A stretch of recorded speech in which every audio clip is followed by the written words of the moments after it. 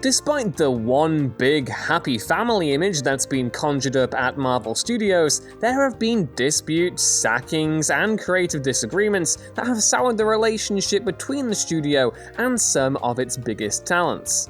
Probably more chaos goes on behind the scenes than fans realize, but a handful of stars and directors have elected to speak out and let their true feelings be known. Sure, Marvel themselves might be loosening their grip somewhat and allowing more creative freedom, but departures are still happening. Look no further than Scott Derrickson exiting the Doctor Strange sequel for proof of that. Although that has meant that Sam Raimi will be directing it instead, so I guess we've found yet another use for Futurama's snoo snoo reaction gif.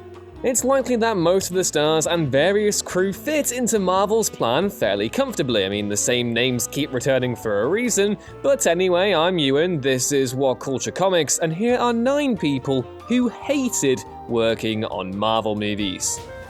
Number 9. Hugo Weaving, Captain America: The First Avenger and Avengers: Endgame. Arguably the most famous example of an actor who didn't get on with Marvel, Hugo Weaving went on the record soon after Captain America: The First Avenger released to publicly state he'd never, ever want to return for another Marvel effort in the future. Weaving did, of course, play the Red Skull, and he did it quite well, I thought. Still, it seems as though he wasn't enthusiastic about the prospect of ever returning, stating to Collider in 2012 that he wouldn't reprise the part unless Marvel, quote, forced me to. Weaving had seemingly changed his tune by the time Avengers: Endgame had come around, which of course featured Ross Marquand as Red Skull in his place. Weaving claimed in an interview with Time Out that he was actually willing to reprise the role of Red Skull, but found negotiating with Marvel, quote, impossible. Sad times. Number 8. Mickey Rourke, Iron Man 2. In Iron Man 2, Mickey Rourke plays the villain known as Whiplash, and it seems as though a lot of the preparation the actor did for the film annoyingly came, in his eyes at least, to nothing. The people at Marvel just wanted a one-dimensional bad guy, so most of the performance ended up on the floor, Rourke later said in an interview with Crave Online. He also insinuated that he was, quote, working for the wrong studio, that director Jon Favreau doesn't have any balls, and that Marvel movies are simply mindless. Unlike Rourke's recent efforts, which include such straight-to-DVD hits as Skin Traffic, War Pigs, and Blunt Force Trauma, films of genuine beauty and craft, I'll have you know. Number 7. Alan Taylor, Thor: The Dark World. As a veteran Game of Thrones helmer, Alan Taylor seemed like a perfect fit to take over Marvel's Thor sequel. Already, Kenneth Branagh, director of the first Thor, had dropped out, while original Thor 2 director Patty Jenkins left the film due to creative differences, which of course left the door open for her to pursue Wonder Woman and turn in the DCEU's first big critical success, and for Alan Taylor to replace her on Thor. Now though, he probably wishes he'd never bothered. Though Thor: The Dark World generally went down well with fans, personally I think it's the worst MCU movie ever, but whatever, Taylor has publicly disclosed that he had a regrettable time during production. In an interview with Uproxx, Taylor stated that his Marvel experience was quote-unquote wrenching, and that the freedom he found while he was shooting was not replicated in the editing bay, where the film was taken from his creative control. Taylor's closing statement on the Thor 2 affair was that he, quote, didn't wish it upon anybody else, which is Hollywood speak for saying F Marvel. Ah well, at least Ragnarok saved the Thor franchise. God bless Ragnarok, and Korg, and Meek.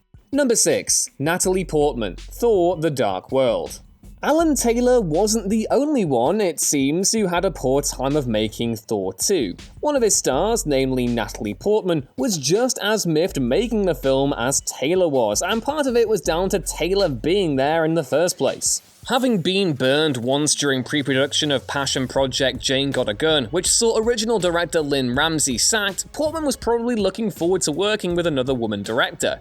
Then Patty Jenkins, hired at Portman's behest, was fired from Thor: The Dark World, and Portman reportedly lost her cool with Marvel.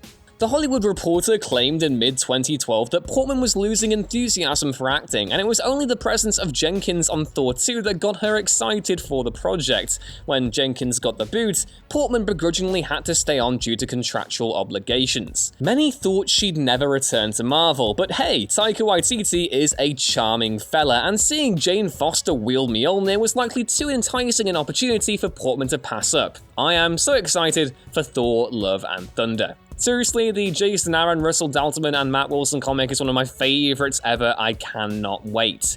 Number 5. Idris Elba, Thor: The Dark World. Though Idris Elba had appeared in promotional rounds to be enthusiastic about the first Thor film, his words were less kind about its follow-up, and well, I guess at this point we should probably be thinking about changing the list to people who really hated working on Thor: The Dark World, because, oh boy, that film did not have a great production from the sounds of things. Elba's complaints regarding Dark World range from working with green screen to wearing Heimdall's headwear, to going from the honour of being called Medivh on the Freedom set to being strung up in a harness on Thor's. Elba described his role in the Thor sequel as a quote-unquote torture that ripped my heart out. He only knuckled down and got on with the job after his agent assured him there was no way out of it. And hey, at least he came back for Ragnarok and Infinity War. Taika Waititi, you did it again. Number 4. Joss Whedon, Avengers: Age of Ultron. As news emerged in 2015 in the run-up to Age of Ultron's release that Whedon was electing not to renew his contract as a key player over at Marvel Studios, fans began to wonder if something was awry. Turns out it was, and after Whedon's contract was up, he didn't hold back on spilling the beans.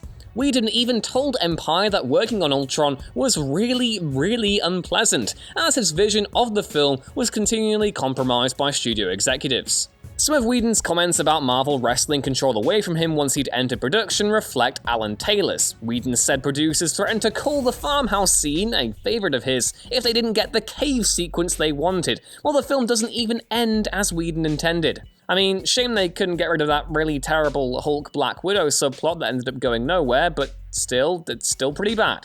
Number 3. Edgar Wright, Ant-Man. Ah yes, Ant-Man, the film that Edgar Wright laboured over for 8 years, only to have the project taken from him at the 11th hour so it could be directed by someone else. Aside from Wright announcing his leaving the project in a joint statement with Marvel, there's been no word from the Wright camp in regards to the split. You'd imagine the Hot Fuzz and Shaun of the Dead director probably just wants to forget about the whole thing entirely, seeing as how Marvel allowed him to toil from 2006 to 2014 on the film that they would eventually take and give to director Peyton Reed to complete instead. This after Wright had shot test footage, fully cast the film, and, along with co-writer Joe Cornish, written multiple drafts of the script, all complete with alterations based on copious notes from Marvel. He may not have publicly castigated Marvel, it's not his style, but Wright's absolute silence since his quote-unquote departure speaks volumes. Still though, at least he directed one great comic book movie in Scott Pilgrim vs. the World. That film is 10 years old.